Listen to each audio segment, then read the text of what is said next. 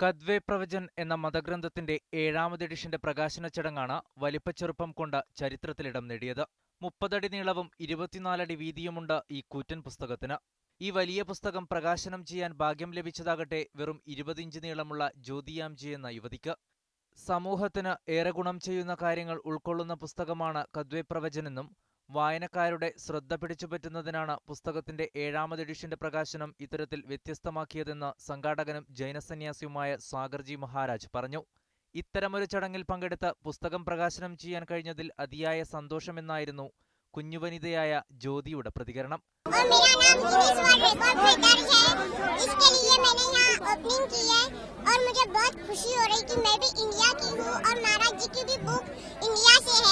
ഒരു കൂട്ടം ആളുകളുടെ ദിവസങ്ങൾ നീണ്ട പ്രയത്നത്തിനൊടുവിലാണ് പുസ്തകത്തിന്റെ അവസാന മിനുക്കുപണികൾ പൂർത്തിയായത്. 2012-ൽ ദുബൈയിൽ 16 അടി വീതിയും 16 അടി നീളവുമുള്ള പുസ്തകം പ്രകാശനം ചെയ്തിരുന്നു. കദ്വേ പ്രവചൻ ഈ റെക്കോർഡ് മറികടന്നതായി സംഘാടകർ അവകാശപ്പെട്ടു. എന്തായാലും കുഞ്ഞുവനിത പുറത്തിറക്കിയ ഈ വലിയ പുസ്തകം ഇതിനോടകം തന്നെ ഏറെ പ്രസിദ്ധമായി കഴിഞ്ഞു. News desk, media 1.